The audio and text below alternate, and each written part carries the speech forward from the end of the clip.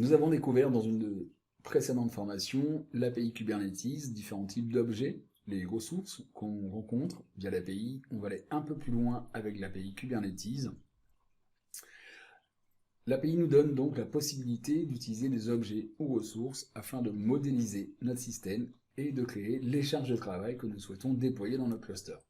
Les objets d'API sont un ensemble de primitives qui nous aident à représenter et modéliser nos applications. L'API Kubernetes est le seul moyen d'interagir avec notre cluster. Examinons cela de plus près. Le serveur API Kubernetes est une architecture client-serveur. Il implémente une API RESTful ou RESTful API sur HTTP et avec le format JSON. Nous échangeons donc des objets entre le client et le serveur à travers d'opérations HTTP ou de commandes HTTP de type GET, PUT, DELETE, POST via des fichiers JSON. Le serveur API lui-même est sans état.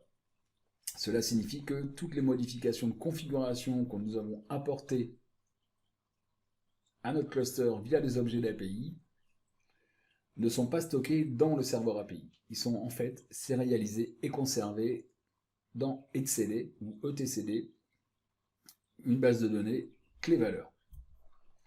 Le plan de contrôle et les objets d'API. Examinons donc plus concrètement le nœud-maître, le plan de contrôle dans notre cluster. À l'intérieur du nœud-maître, nous trouvons des services critiques qui facilitent les opérations du cluster. Le serveur API, le magasin de cluster, etcd, le planificateur, également appelé le scheduler ou scheduler, et le gestionnaire de contrôle qui nous permet de bénéficier de contrôleurs de réplication, de daemon set, des objets Kubernetes qu'on aura l'occasion de voir ensemble dans une prochaine formation. Comme nous l'avons présenté précédemment, il s'agit du centre de communication de l'ensemble du système de Kubernetes. etcd est l'endroit où est stocké l'état du système et conservé sous forme de données clé-valeur. Donc c'est une base de données non SQL, une base de données sérialisée et une base de données de type clé-valeur. Une clé égale une valeur. Le planificateur ou le scheduler indique à Kubernetes sur quel nœud exécuter les pods en fonction des besoins en ressources et d'autres paramètres. Et enfin, le gestionnaire de contrôle qui a pour tâche d'implémenter les fonctions de cycle de vie des contrôleurs en maintenant l'état de nos applications sous forme de déploiement. Nous allons maintenant nous concentrer sur le serveur API, ses interactions avec les clients comme kubectl et sur la façon dont ils travaillent ensemble pour modifier nos configurations dans le cluster via des objets API. Les objets API de Kubernetes sont les entités persistantes qui nous permettent de créer et de déployer nos applications dans Kubernetes. Ce sont les éléments que nous utiliserons dans notre code pour modéliser les applications. Ainsi, les objets API Kubernetes sont les éléments qui représentent l'état du système que nous voulons créer. Les objets de l'API sont organisés de trois manières et nous allons les examiner. Le premier est le type appelé kind. C'est une valeur de chaîne représentant la ressource que cet objet représente dans le serveur. Typiquement les pods, les services et les déploiements, etc. Tous les objets API qui nous sont disponibles. Ensuite, on trouve le groupe de l'API. Le groupe de l'API est un moyen d'organiser comme un ensemble d'objets liés à leur fonction. Nous trouverons donc, par exemple, les pods dans le groupe API principal. On va voir cela un peu plus en détail dans quelques instants. Et enfin, l'API est versionnée. La version API, ou la version de l'API, pardon, va définir le schéma de cette version, de cette représentation, de la représentation d'un objet API particulier dans le serveur. Examinons certaines de ces primitives de base, les objets de l'API, qui seront les briques de construction de déploiement d'applications à l'intérieur de notre cluster. Commençant en premier par le pod, ou les pods, on va donc parler de façon bien plus détaillée dans les prochains chapitres de ce que sont les pods. C'est le seul ou plusieurs conteneurs que nous déployons comme une seule unité. Il s'agit essentiellement de notre application basée sur des conteneurs. Ensuite, nous avons les contrôleurs. Ce sont les derniers qui maintiennent notre système dans l'état souhaité. Ces contrôleurs, comme les replicasets par exemple, associés au déploiement, vont devenir des outils de base dans notre boîte à outils pour construire des applications dans Kubernetes. Ensuite, les services fournissent un point d'accès permanent aux applications que nous déployons dans les pods. Car à mesure que les pods sont redéployés par nos contrôleurs, à mesure qu'ils montent et descendent, Ces pods ne conservent pas d'état et changeront constamment de nom, d'adresse IP. C'est la responsabilité des services de fournir un point d'accès persistant aux applications fournies par nos pods. Point d'accès IP. Et enfin, on trouve l'objet stockage ou des objets de stockage, puisqu'il y en a plusieurs. Nous devons pouvoir stocker nos données quelque part, et Kubernetes nous donne des objets de stockage appelés volumes, afin que nous puissions avoir un stockage persistant dans nos applications. Alors ceci n'est pas une liste exhaustive de tous les objets disponibles dans Kubernetes, mais ce sont les acteurs clés, les éléments de base à partir desquels nous allons construire nos déploiements d'applications basés sur des conteneurs. Nous verrons dans les prochaines formations d'autres objets API appelés ressources également. Donc beaucoup d'autres objets. Les groupes d'API et la gestion des versions d'API. Il est temps d'examiner de plus près les groupes d'API. Alors, les groupes d'API permettent une meilleure organisation des ressources dans Kubernetes. Il existe deux méthodes d'organisation pour les groupes d'API dans Kubernetes. La première est l'API principale, ou anciennement API Group. Ce sont les objets Kubernetes utilisés pour créer les charges de travail les plus fondamentales. Et dans ce groupe, nous allons trouver des objets comme les pods, par exemple. Donc, la Legacy Group ou l'API principale. À l'époque où Kubernetes a été développé, pour la première fois, il n'existait pas de concept de groupe d'API, et ces objets étaient simplement définis dans le groupe principal ou le Legacy Group. Au fur et à mesure que Kubernetes se développait et que les besoins de groupe devenaient plus évidents, de nouveaux objets ont été placés dans des groupes d'API nommés. Voyons maintenant quelques exemples de ressources dans les groupes principaux et nommés. Et commençons avec le groupe API principal. Ici, vous trouvez tous les éléments tels que les pods, les nœuds, des espaces de nom, des volumes persistants, etc. Alors regardons un peu ce que se donne sur le serveur. Avec la commande kubectl, nous pouvons interroger l'API. Ici, donc API ressources. Je vais mettre un petit pipe, un petit more, de façon d'avoir cela page à page.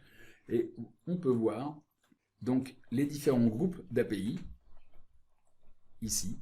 Donc l'API principale n'a pas de nom, où dedans on trouve, comme je disais, les nœuds, les volumes persistants, qu'on aura l'occasion de voir en détail, des pods templates, des contrôleurs de l'application, des quotas, des secrets, des acomptes de service, et ainsi de suite. Et après, on voit différents types, ici, de groupes. L'API principale, encore une fois, ce sont les objets, les éléments les plus fondamentaux de l'API Kubernetes et existent depuis leur création, depuis la création de Kubernetes.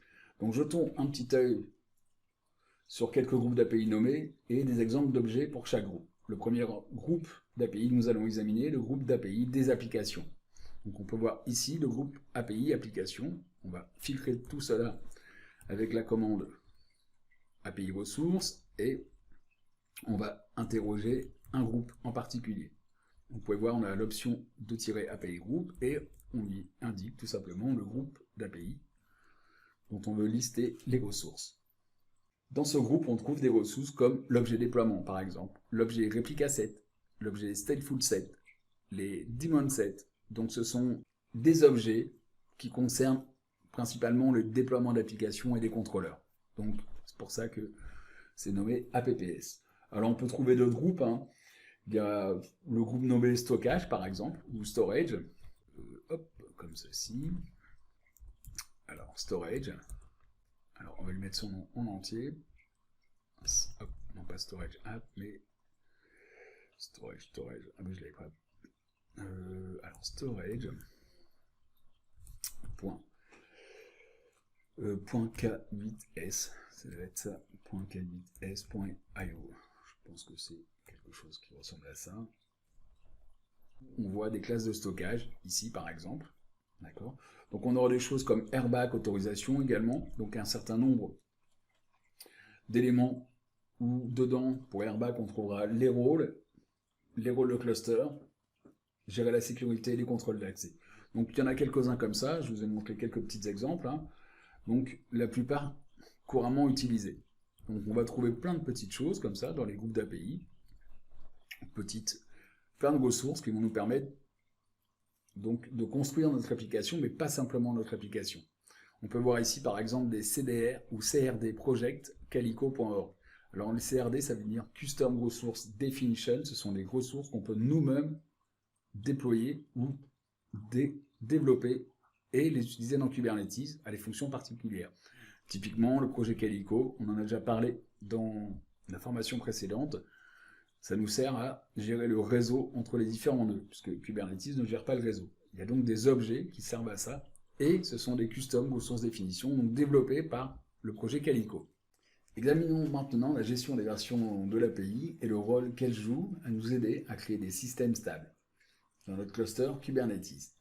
L'API est versionnée. De cette façon, nous savons avec quelle version de l'API nous interagissons lorsque nous déclarons des ressources dans notre code. Il peut y avoir plusieurs versions d'API sur un serveur à tout moment, ce qui nous aide en assurant la stabilité de nos implémentations existantes.